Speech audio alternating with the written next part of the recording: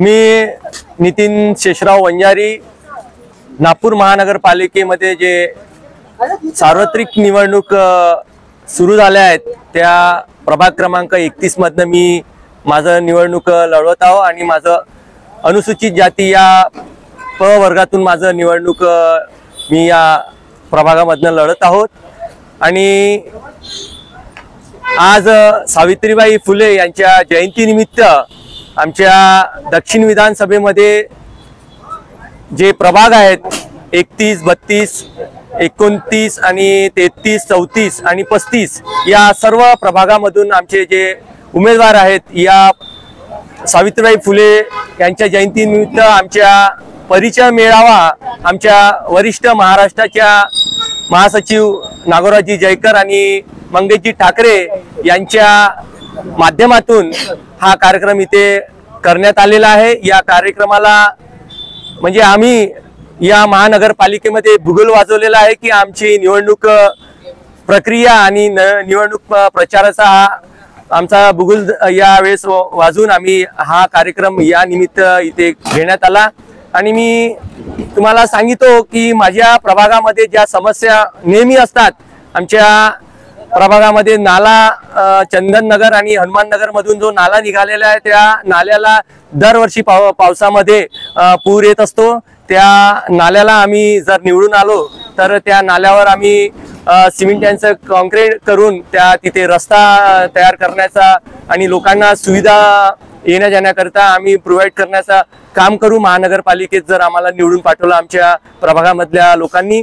तसेच आमच्या प्रभागामध्ये जी प्रबुद्ध महाविद्यालय जे NNCचं जे स्कूल होतं, शाळा होती, त्यामध्ये आमच्या गोरगरीब जनतेच्या मुलं मुली तिथे शिकायला जायचे।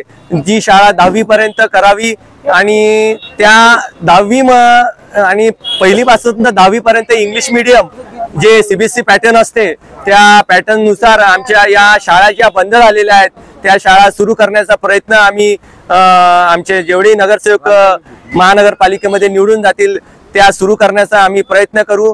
तसेच ज्या गोरगरीब महिला दुसऱ्यांकडे भांडी घासायला जातात, कपडे धुवायला जातात, त्यांच्याकरता संघटना उभा करून त्यांचं महिन्याचं जे मानधन असते ते मिळवण्याचा प्रयत्न आम्ही या माध्यमातून करू। तसेच युवकांचा जो रोजगार असतो, रोजगाराच्या करिता आम्ही नवीन नवीन रोजगार काढण्याचा प्रयत्न करू। महाराष्ट्र शासन आणि आमच्या भारतीय जे शासन आहे, जे गव्हर्नमेंट शासन आहे, त्यांच्या माध्यमातून जे ज्या स्कीम निघतात त्या आम्ही आमच्या जनतेपर्यंत पोहोचवण्याचा प्रयत्न करू। तसेच जे आमच्या मूलभूत गरजा असतात ज्या अजूनपर्यंत आमच्या जनतेला किंवा आमच्या ज्या प्रभागातल्या लोकांना आहेत त्या अजूनपर्यंत कळलेल्या नाहीत की काय काय मूलभूत अधिकार त्यांना मिळाव्यात, त्याकरता आम्ही प्रयत्न करू की आमच्या प्रभागामध्ये लोकांपर्यंत जनजागृती करण्याचा आम्ही प्रयत्न करू।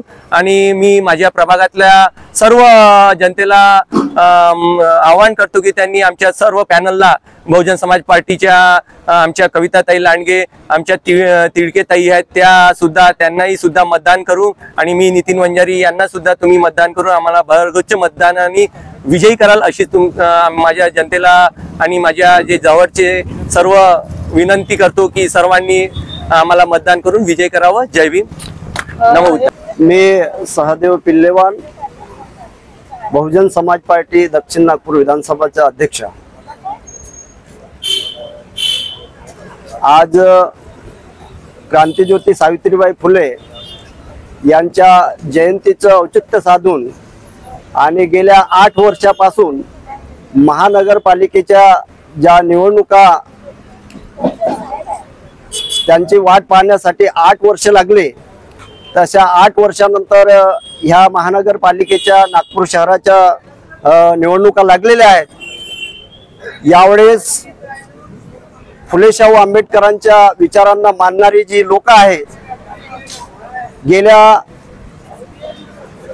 लोकसभेच्या इलेक्शनच्या वेळेस काँग्रेसच्या लोकांनी आमच्या लोकांना थापा मारून संविधान बचाव संविधान वाचू अशा प्रकारच्या थापा मारून या बहुजन समाजाची मतं लुटली परंतु त्यानंतर ज्याप्रमाणे या लोकांनी बहुजन समाजाच्या या लोकांची कामं करायला पाहिजे होती तशी कामं केलेली नाही, उलट यांची मतं घेऊन यांच्याच विरोधात कामं करण्याचं काँग्रेसच्या लोकांनी सुद्धा काम केलेलं आहे। त्याचं उदाहरण म्हणजे गेल्या ह्या 2-3 महिन्याच्या आधीच भारतीय जनता पार्टीच्या लोकांनी लोकसभेमध्ये एक बिल आणलं होतं SC/ST वर्गीकरणाच्या विरोधात। त्याचं काँग्रेसने विरोध करायला पाहिजे होता, परंतु काँग्रेसच्या लोकांनी त्याचा विरोध केला नाही, तर उलट भाजपानं आणलेल्या बिलाचं काँग्रेसच्या लोकांनी समर्थन केलं। याच्यावरून हे लक्षात येते की जे आमच्या महापुरुषांनी सांगितलं की काँग्रेस एक नागनाथ आहे तो बीजेपी सापनाथ आहे, तर हे सिद्ध झालेलं आहे। आणि दुसरं सांगायचं म्हणजे आज काँग्रेसच्या लोकांना काँग्रेसला आमच्या या बहुजन समाजाच्या लोकांनी जी काँग्रेस यापूर्वी केवळ 40 लोकसभेचे खासदार त्यांच्याकडे होते, साधं त्यांच्याकडे लोकसभेचं जे पक्षनेतेचं पद असते ते पद सुद्धा मिळवता येईल नाही एवढी अपुरी संख्या त्यांच्याकडे होती। परंतु यावेळेस मात्र बहुजन समाजाच्या लोकांनी संविधान वाचवू म्हणून त्यांच्यावर भरोसा करून मोठ्या प्रमाणात काँग्रेसला भरभरून आमच्या लोकांनी मतं दिली। परंतु आज जी 100च्या जवळपास काँग्रेसची खासदार लोकसभेमध्ये आहेत आणि 100 लोकसभेमध्ये खासदार असून सुद्धा काँग्रेसचे शहजादे राहुल गांधी हे बाहेर येऊन लोकसभेच्या बाहेर येऊन नौटंकी करतात, भाजपाच्या विरोधात बोलतात, नरेंद्र मोदी हे गद्दी चोर आहे, वोट चोर आहे, अशा प्रकारचं रोडवर येऊन ते वक्तव्य देतात। परंतु यांचे लोकसभेमध्ये 100 खासदार असून सुद्धा हे लोकसभेमध्ये कुठल्याच प्रकारचा आवाज उचलत नाही।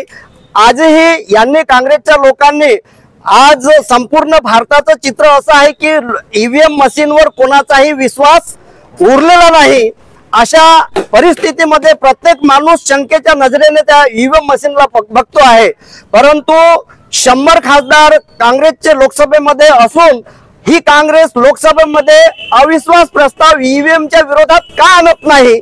बाहेर अशी नौटंकी करण्यापेक्षा लोकसभेमध्ये यांनी जर EVMच्या विरोधात अविश्वास प्रस्ताव आणला तर इतर पक्षांची जे खासदार आहेत ते सुद्धा काँग्रेसच्या बाजूने येऊन EVM मशीन त्या ठिकाणी बदलू शकते।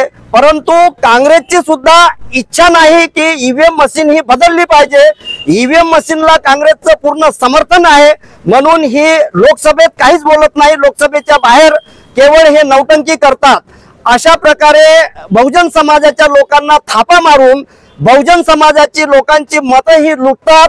तर हे आता इथल्या बहुजन समाजाच्या लक्षात आलेलं आहे आणि आता बहुजन समाजाच्या लोकांनी फुले शाहू आंबेडकरांच्या विचारांना मानणाऱ्या लोकांनी यांचे षडयंत्र समजलेले आहेत आणि आता त्यांनी एक मन या नागपूर शहरामध्ये एक मन बनवलेलं आहे की कुठल्याही परिस्थितीमध्ये बाबासाहेबांच्या लेकरांच्या बगर या नागपूर शहरामधला महानगरपालिकेतला महापौर बनवून आम्ही देणार नाही। जर समजा कोणाही पक्षाला जर महापौर बनवण्याचं वेळ आली तर त्यांना बहुजन समाज पक्षाच्या नगरसेवकाचं समर्थन घ्यावं लागेल, तेव्हाच या नागपूर शहरातला महापौर बनेल। अशा प्रकारे सर्व बहुजन समाजाच्या लोकांनी एक मन बनवलेलं आहे आणि मी आजच्या या प्रसंगी आमचे जे बहुजन समाज पार्टीचे दक्षिण नागपुरातील जे उमेदवार आहे यांनाही सांगू इच्छितो की त्यांनी आपापल्या परिसरामध्ये जो विश्वास जनतेने आता तुमच्यावर टाकलेला आहे त्यांच्या विश्वासाला खरं उतरायचं हे तुमची जबाबदारी आहे आणि त्यांच्यापर्यंत जाऊन त्यांच्या समस्या समजून घेऊन त्यांना या समस्या कशा आणि कुठल्या प्रकारे आपण सोडवू हे त्यांना समजावून सांगायचं आहे। आणि निश्चितच या महानगरपालिकेच्या इलेक्शन मध्ये आमच्याकडे बहुजन समाज पक्षाकडे एवढी संख्या जरूर राहणार आहे की बहुजन समाज पक्षाचं समर्थन घेतल्याशिवाय कुठल्याही पक्षाचा महापौर बनणार नाही।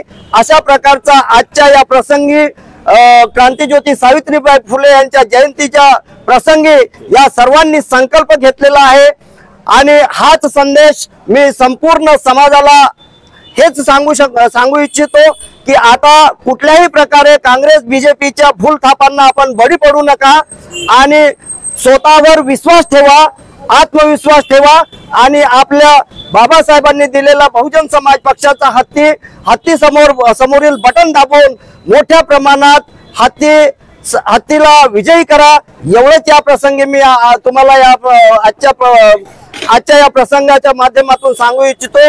धन्यवाद. जय भीम. मी कविताताई सुनील लांडगे, प्रभाग 31 ची ड मधली उमेदवार आहे, बहुजन समाज पार्टीची उमेदवार आहे. आणि आज सावित्रीबाई फुले जयंती निमित्त चंद्रमणी नगरला इथे कार्यक्रम आयोजित केलेला होता. मेळावा, उमेदवार मेळावा आयोजित केलेला होता. त्या सातत्याने अवघ्या 15 दिवसावर महानगरपालिकेच्या निवडणुका आहे आणि महानगरपालिकेच्या निवडणुकांमध्ये आतापर्यंत आपण काँग्रेस बीजेपीला मतदान देत होतो आणि काँग्रेस बीजेपीने काय केलं हे आम्हाला सांगण्यापेक्षा जनतेला माहिती आहे. आणि जनतेने आता हा निश्चय करायला पाहिजे की तुम्ही आजपर्यंत जे मतदान केलं त्यामध्ये तुम्हाला काय मिळालं आहे हे तुम्ही लक्षात ठेवा. कारण बहुजन समाज पार्टी अशी एकमेव पार्टी आहे की ती तुमच्या समस्याचं निवारण करेल. आणि बहुजन समाज पार्टीचा जो हत्ती आहे तो महानगरपालिकेत जर गेला तर तुमच्या संपूर्ण नागपूर शहराचं चित्र बदलवून टाकेल. हे बहुजन समाज पार्टीचा हा उद्देश आहे आणि बहुजन समाज पार्टीच्या उमेदवारांचा निर्णय पक्का आहे. तर मी जनतेला आवाहन करते की येणाऱ्या महानगरपालिकेमध्ये बहुजन समाज पार्टीच्या सर्व उमेदवाराला विजय करा आणि आपल्या समस्याचं निवारण करा. आणि मी प्रभाग 31 ची कविता सुनील लांडगे आहे आणि माझ्यासोबत नितीन वंजारी सुद्धा अ गटात आहे आणि तिडके मॅडम आहेत. आम्हाला तिघालाही सुद्धा तुम्ही विजय कराल आणि आपल्या प्रभागाचा विकास करून घ्याल एवढी मी आजच्या प्रसंगी हमी देते. आणि महानगरपालिकेमध्ये आम्हाला निवडून पाठवा आणि महानगरपालिकेचा महापौर बनवा. आज जनतेला एवढं मी आवाहन करते. आता जर नाही बनवलं, ही संधी जर तुम्ही गमावली तर तुम्ही गुलामीच्या शिवाय जगण्याशिवाय तुम्हाला पर्याय राहणार नाही. एवढं बोलून मी माझे 2 शब्द समाप्त करते. घेऊन जनतेपर्यंत पोहोचणार. मी जनतेसमोर मी नागपूर शहरावरही कार्यरत आहे, मी दक्षिण नागपूर मध्ये कार्यरत आहे आणि माझ्या प्रभागामध्ये सुद्धा कार्यरत आहे. आणि मी जनतेसमोर सर्वात प्रथम डॉक्टर बाबासाहेब आंबेडकरांनी म्हटलेलं आहे, शिक्षण हे वाघिणीचं दूध आहे, जो पाशल तो गुरगुरल्याशिवाय राहणार नाही. शेळ्या मेंढराला जगण्यापेक्षा एक दिवस वाघासारखं जगा. तर हे जे महानगरपालिकांनी ज्या गरीब जनतेचा शिक्षणापासून वंचित ठेवलेला आहे, की ज्या भांडे घासणाऱ्या बाया आहेत, रिक्षा चालवणार आहेत, ते आपल्या मुलांना कॉन्व्हेंट शिकवू शकत नाही, तर त्यांनी महानगरपालिकेच्या शाळा बंद केलेल्या आहेत. ते शाळा खोलण्याचा मी पहिले आवाहन करीन. त्यानंतर ज्या बीजेपीनी ज्यांनी आमच्या महिलांना आज क्रांतीज्योती सावित्रीबाई फुले जयंती आहे त्या निमित्ताने मी सांगू इच्छिते की आमच्या महिलांना यांनी अबला बनवण्याचं काम केलेलं आहे. पण 2,500 रुपये देऊन पण मी आज क्रांतीज्योती सावित्रीबाई फुले जयंती या निमित्ताने मी संकल्प घेऊ इच्छितो की मी माझ्या महिलांना सबला बनवीन आणि ह्या 1,500 मतदान विकू देणार नाही. माझ्या महिलांना मी रोजगार देईल आणि माझ्या महिला सक्षम करीन. हा माझा दुसरा मुद्दा आहे. आणि ज्या महानगरपालिकेने जे बुलडोझर चालवलेला आहे अंबाझरीवरती आणि ते आमचं स्मारक हटवलेलं आहे, त्या स्मारकासाठी मी सतत लढत राहील. हे माझा प्रयत्न राहील. ज्या यशवंत स्टॅच्यूवर आम्ही सतत त्यांना डॉक्टर बाबासाहेब आंबेडकरांचं स्मारक करा हे आम्ही त्यांना महानगरपालिकेला बोलतो, पण आमच्या जवळ सत्ता नसली म्हणून ते आमचं ऐकत नाही. आम्ही सामाजिक कार्य करतो, बहुजन समाज पार्टीचे कार्य करतो, पण सत्ता नाही आहे म्हणून ऐकत नाही. पण आता आम्ही ज्या दिवशी सत्तेत जाऊ तर त्यांचं दार तोडू आणि आम्ही ते स्मारक बनवून राहू. आणि एवढं आव्हान. आणि त्यानंतर यांनी जे रोजगार आणि ज्यानंतर हे सडका पाण्याचं जे बिल लागून येते, महानगरपालिकेचं 1 मीटर लावून दुसरा मीटर बदलवतात आणि महानगरपालिका जे बिल लावतात आणि जनतेला विजेचं बिल लावून पाठवतात. त्या विजेचा तरी प्रश्न आम्ही तिथे मांडू आणि गरीब जनतेला विजेचं जे आम्ही त्यांना कर माफ करा हा सुद्धा आम्ही मुद्दा मांडू. एवढं मी निवडून आल्यावरती ठामपणे सांगते रे, मी प्रभाग 31 च्या ड प्रभागातून लढत आहे माझ्या 31च्या प्रभागाच्या मतदार बंधू भगिनींना विनंती करते की मला तुम्ही हमखासपणे निवडून द्या. तुमच्या समस्याचं निवारण करायला मी 24 तास मी तत्परेने तयार राहील. माझा कधी मी फोन बंद ठेवत नाही, नंतरही ठेवणार नाही आणि मी तुम्हाला तुमचा समस्या करेल एवढं मी माझी हमी देतो. आणि